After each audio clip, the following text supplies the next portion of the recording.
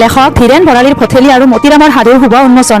গুৱাহাটীৰ পাঞ্জাবাৰীস্থিত শ্ৰীমন্ত শংকৰদেৱ কলাক্ষেত্ৰ প্ৰাংগণত চলি থকা অসম সাহিত্য সভাৰ মধ্যকালীন অধিৱেশনত কামৰূপীয়া ঢুলীয়া মহিৰু মোহন ভাওৰাৰ ২৪তম মৃত্যুবাৰ্ষিকীৰ লগত সংগতি ৰাখি লেখক ধীৰেন ভৰালীৰ ভঠেলি আৰু মতিৰামৰ সাধু গ্ৰন্থ দুখন উন্মোচন কৰা হয়। উক্ত অনুষ্ঠানত প্ৰথমে কামৰূপীয়া ঢুলীয়া মহিৰু প্ৰয়াত মোহন চন্দ্ৰ বৰ্মনক শ্ৰদ্ধাঞ্জলি জ্ঞাপন কৰা হয়। ইয়াৰে পিছত স্মৃতিচাৰণ আৰু স্মাৰক বক্তৃতা প্ৰদান কৰে অসম সাহিত্য সভাৰ পাঞ্জাবাৰী মধ্যকালীন অধিৱেশন কাৰ্যকৰী সভাপতি বাসৱ চন্দ্ৰ কলিতাই। বজালিয়ান গ্ৰন্থ আড্ডা আলাপ 1982-84 শিক্ষাবৰ্ষৰ বজালী মহাবিদ্যালয়ৰ ছাত্ৰ সমাজে ভঠেলি গ্ৰন্থখন উন্মোচন কৰে আৰু অহিতিপৰ বীণাপাণি গোস্বামী আৰু মনোমতী গোস্বামীয়ে মতিৰামৰ সাধু এক উন্মোচন কৰে।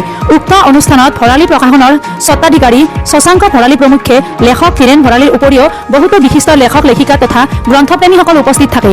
চাওক গুৱাহাটীৰ পৰা বিশ্বজিৎ চাহাৰ প্ৰতিবেদন, বিবি আছাম লাইভ।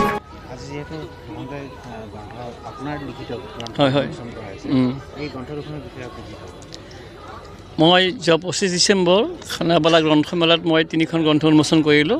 তাৰে ভিতৰত এখন সমাজ ব্যৱস্থাৰ ওপৰত লিখা মোৰ ভাৰীপুত্ৰ উপন্যাসখন যেতিয়া যথেষ্ট সমাদৰ লাভ কৰিলে, ঠিক মই 26 ডিচেম্বৰৰ পৰা মই চিন্তা কৰিলোঁ যে মই ইয়াৰ পিছত যিটো বিষয় এটা ল'ম, মই এই বিষয়টো হ'ব মোৰ লোক সংস্কৃতিমূলক বিষয়।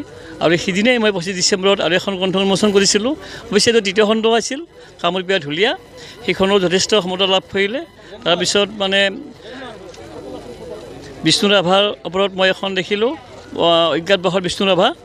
এই 3খন গ্ৰন্থই অভূতপূৰ্ব সাফল্য লাভ কৰাৰ পিছত, যথেষ্ট সমাদৰ কৰাৰ পিছত 25 দিনৰ ভিতৰত মই যেতিয়া তাৰ দ্বিতীয় সংস্কৰণ কৰিব লগা হ'ল, তেতিয়া মই ভাবিলোঁ যে মই এটা অধ্যয়ন আছিলে মোৰ ভঠেলিটো বহাগ মাহৰ এটা বসন্তকালীন উৎসৱ। এই উৎসৱটো নামনি অসমত বিশেষ কৰি কামৰূপ, দৰং, গোৱালপাৰা এইখিনি অঞ্চলতে এই ভঠেলি উৎসৱটো মানে পালন কৰি আহিছিল। গতিকে মই দেখিলোঁ যে তাৰে ওপৰত যেতিয়া মোৰ কিছু অধ্যয়ন হৈ আছিল বহাগৰ পৰা। আৰু এটা কথা আপোনালোকক কৈ থলোঁ যে পথাৰৰ বিহু, পথাৰৰ ভঠেলি, গাঁৱৰ ভঠেলি আনি পেলাই মই চহৰত পাঞ্জাবাৰীত মই আজি 10 বছৰ ধৰি পালন কৰি আহিছোঁ।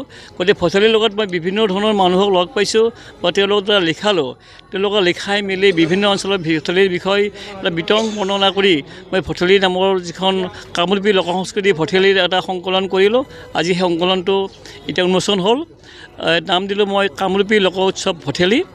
আৰু দ্বিতীয়খন গ্ৰন্থ হ'ল মতিৰামৰ সাধু খণ্ড 1।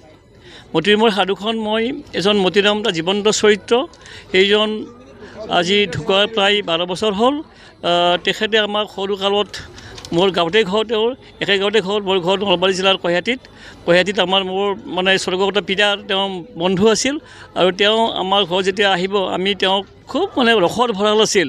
আমি তেওঁৰ পৰা যেতিয়াই লগ পাওঁ, যিকোনো সময়তে লগ পাওঁ, আমি তেওঁক মুখখন খোলাই লৈ আমি তেওঁৰ পৰা আমি সাধু কথা শুনিব বিচাৰোঁ।